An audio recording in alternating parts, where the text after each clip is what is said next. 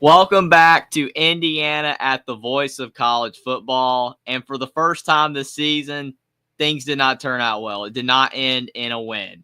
The Ohio State Buckeyes, while the score is a bit deceptive, seeing a 38-15 win, they did still dominate the game. It was not as big of a blowout, though, as the score would indicate. At the end of the game, Ohio State kind of scored a garbage touchdown when it was basically a victory formation, but Ohio State ended up running a play off of it anyway to extend the lead. But you know what? It is what it is. It doesn't really matter. Indiana still would have lost, but, optically for the college football playoff purposes, because Ohio State ended up winning by more, it makes Indiana look worse. I don't think it should matter, though. Also, you had a muffed punt from Indiana and just a couple of mistakes from IU in general. They couldn't protect Curtis Rourke throughout the game, and Ohio State's dominance reigned supreme. All of their talented players. It just ended up, manifesting in Ohio State not getting a comfortable win, not completely blowing the doors off of Indiana, but they still did win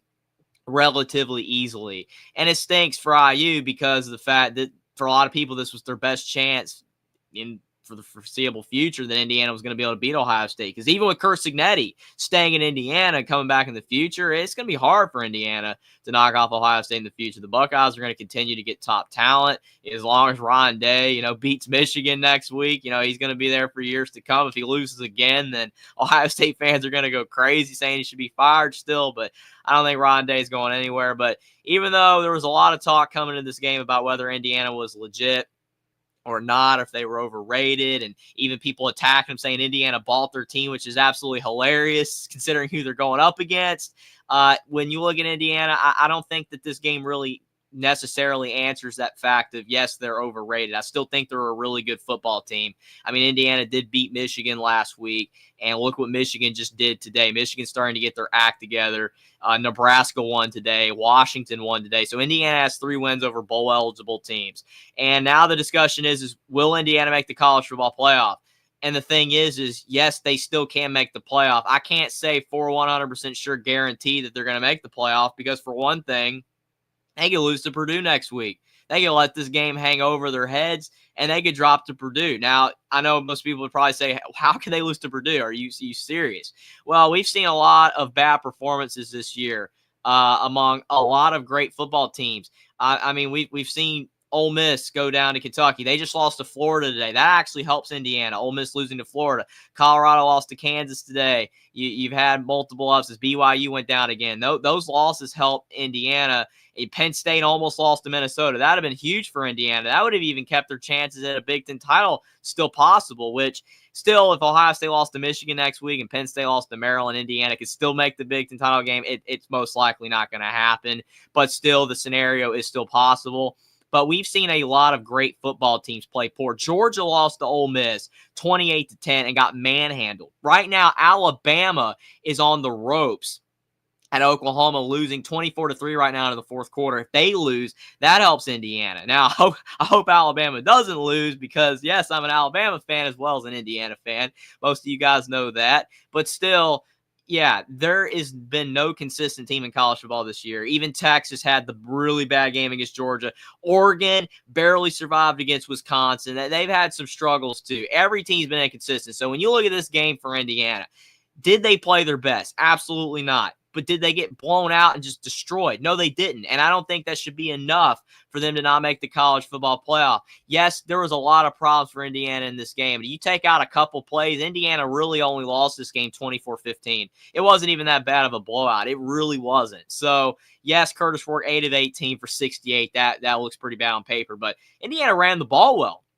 You take out Curtis Rourke getting sacked a bajillion times and James Evans, muff punt play. Justice Ellison and Tyson Lawton ran for over 100 yards against Indiana, around 140, 150 yards. That's not bad.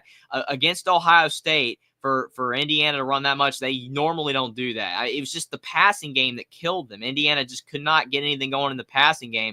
They have been struggling to protect Rourke.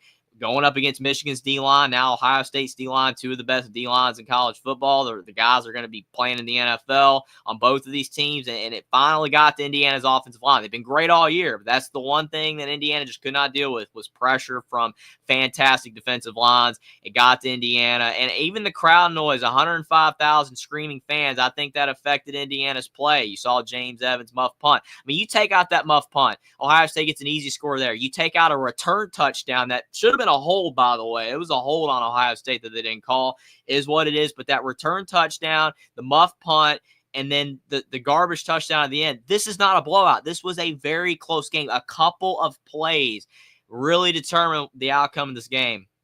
Couple penalties on IU that were self-inflicted. Indiana did not play that well, but I will give them credit. Their defense did a pretty solid job on the Ohio State Buckeyes overall. You see Will Howard only 201 yards. He threw a pick as well. And look at that.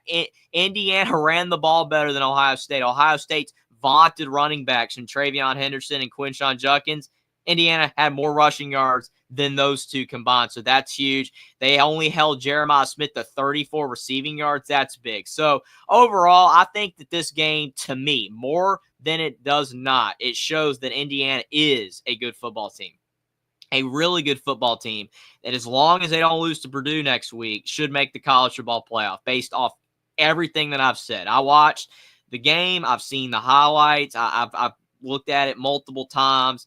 And yes, Ohio State played better than Indiana. They are the more talented team. They were supposed to win this game based off the betting odds, based off the talent gap, based off everything, except maybe coaching, whether you want to say Cignetti's better than Ryan Day.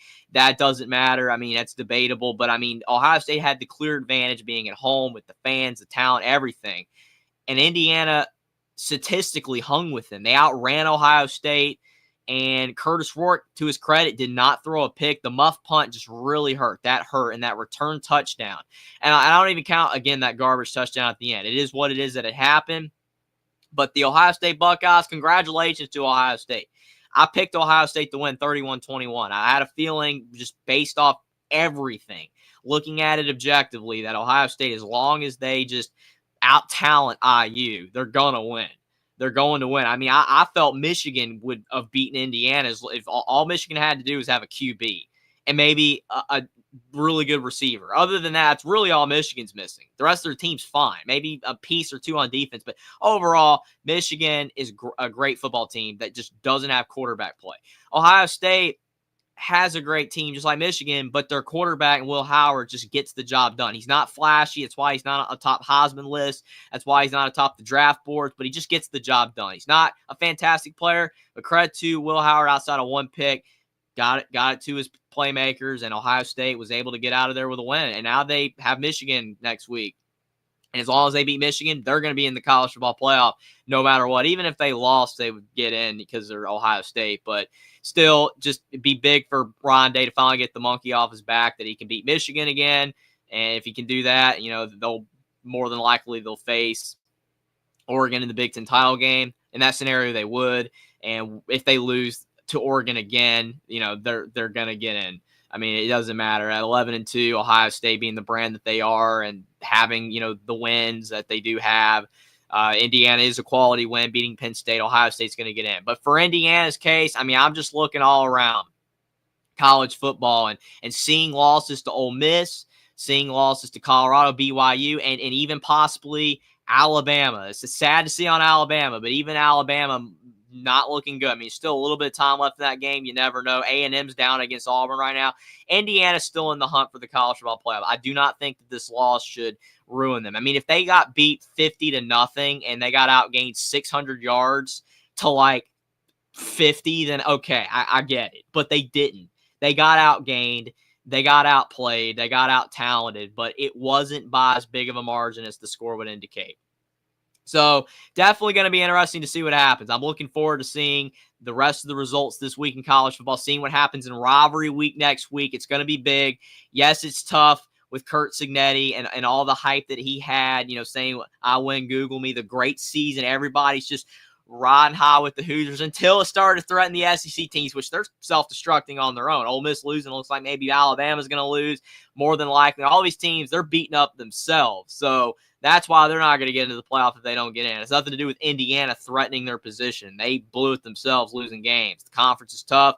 You have to win, basically go 10-2. You have to win 10 games. You're not going to get in. But definitely the SEC is really hurting themselves in that regard. But all this talk about Indiana being overrated, people were turning on them, and this game is validation. I just don't think that it is. I don't think that it's necessarily validation that Indiana is not a good football team. They competed. They hung with Ohio State overall, played a decent enough game, just couldn't protect Rourke enough, and a couple of errors and a couple of things went Ohio State's way and blew the game out of proportion on the scoreboard. But overall, it was a decently close game. I think they're going to remain around 9 or 10 in the rankings come Tuesday, especially with all these upsets. I think Indiana is going to be ranked 9 or 10, and as long as they beat Purdue, they will be in the college football playoff. Now, whether they beat anybody in the college football playoff, I have no idea.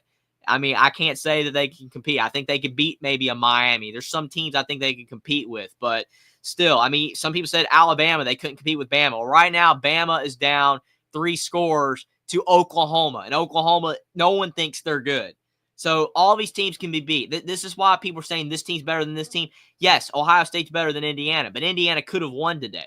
They didn't. The better team won. That's not how it always works. I think on paper, I think Michigan, besides quarterback position, is a better football team than Indiana based off talent. Indiana won. The better team does not always win. Sometimes the better coach team or just the team that plays harder gets the dub. And if Oklahoma does beat Alabama tonight, that's because Oklahoma played harder than Alabama. Alabama's effort was terrible. They didn't get the job done. So it's just hard to say, well, this team's going to beat this team. They're better than this team. You know what? They are better than this team. Doesn't mean you're going to win. But in the case of Ohio State, Indiana, the better team got the dub today. But we got Jeff saying, I'm here. Appreciate it, Jeff. Troy V says, good game, Jeffrey. You guys still got a good shot with A&M losing. Bama looking like they might lose. Not here to gloat. Respect you too much. I appreciate it, Troy V. You're awesome, man. I absolutely appreciate it. Definitely, I agree. I mean, Indiana, these losses are helping them tremendously. I mean, tons of teams are helping them today. But, yeah, absolutely. I mean, Ohio State, yeah, I mean, they did the dig with Cignetti with the watch us we won or whatever, Google us, or because they won. I mean, but hey, I get it. Indiana had a big game. Kurt Cignetti has a lot of quotable moments, but when things don't happen, or you don't win, they're going to get thrown back at them. We knew this. I knew the second that they lost that it was going to get thrown back at them, but it's all good. I appreciate it, Troy V, and definitely I respect you a lot too, man. I always love seeing you in the chat.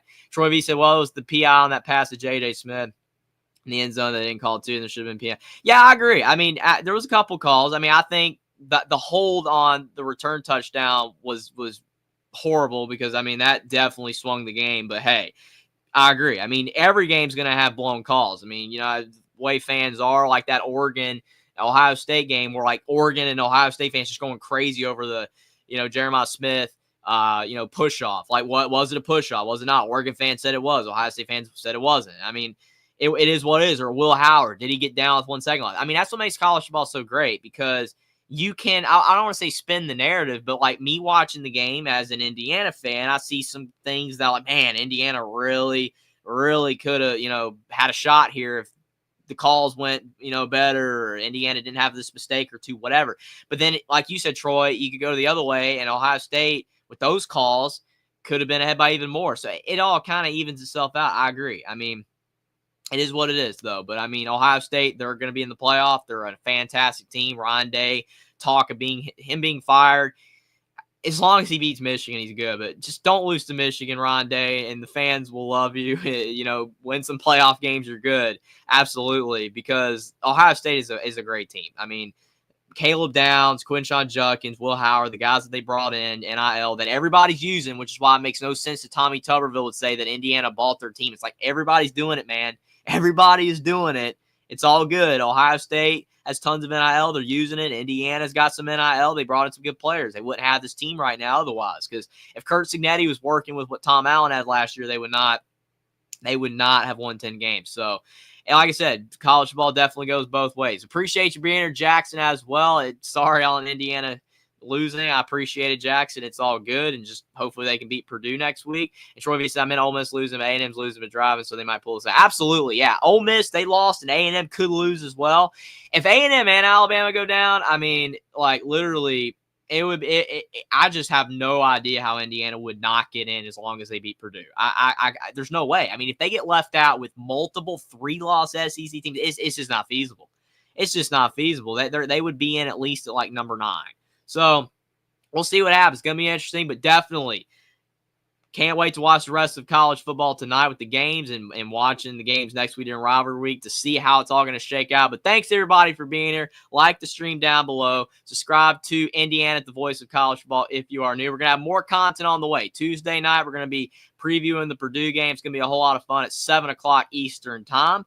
And even though Indiana lost, even though, the perfect season's over, it has still been a dream season for Indiana. For Indiana fans, the amount of losing that the Hoosiers have suffered over the past few decades, being the losingest power program, of all time. I mean, you can't let this, burn your season. Like, it stinks to lose, but man, you're still 10-1. You're still probably going to be ranked in the top 10. You're a part of the playoff conversation. This is awesome. This is absolutely awesome for Indiana football. And a loss to Ohio State just should not ruin all of that. So definitely still excited for Indiana's season. It's been a dream season, and hopefully, despite this loss, brighter things are ahead. Hopefully with the win over Purdue and maybe some awesome results in the college football playoff. Can't wait to see it. Troy says if they get left out for 3-loss team and it's just SEC Invitae, not a playoff. Yeah, that's just not fair. And again, I love Alabama, but if they lose to Oklahoma tonight, they don't belong in. They just don't. If they can come back and win, they're good. But if they lose, you can't put them in over Indiana. And I don't think they will.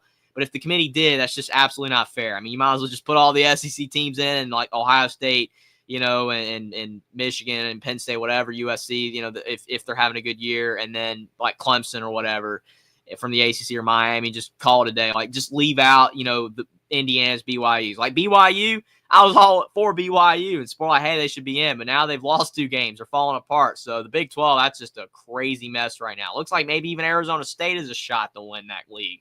It's wild. It's a crazy league for sure. No team's really that good. That's what happens when Oklahoma and Texas leaves. But like I said, thanks to everybody for being here. Tough loss for IU, but still possibly bright things ahead. Still a chance to make the college ball playoffs. So great game for Ohio State. Tough fight from Indiana, but still, again, bright things ahead. Thanks for being here, everybody, and go Hoosiers.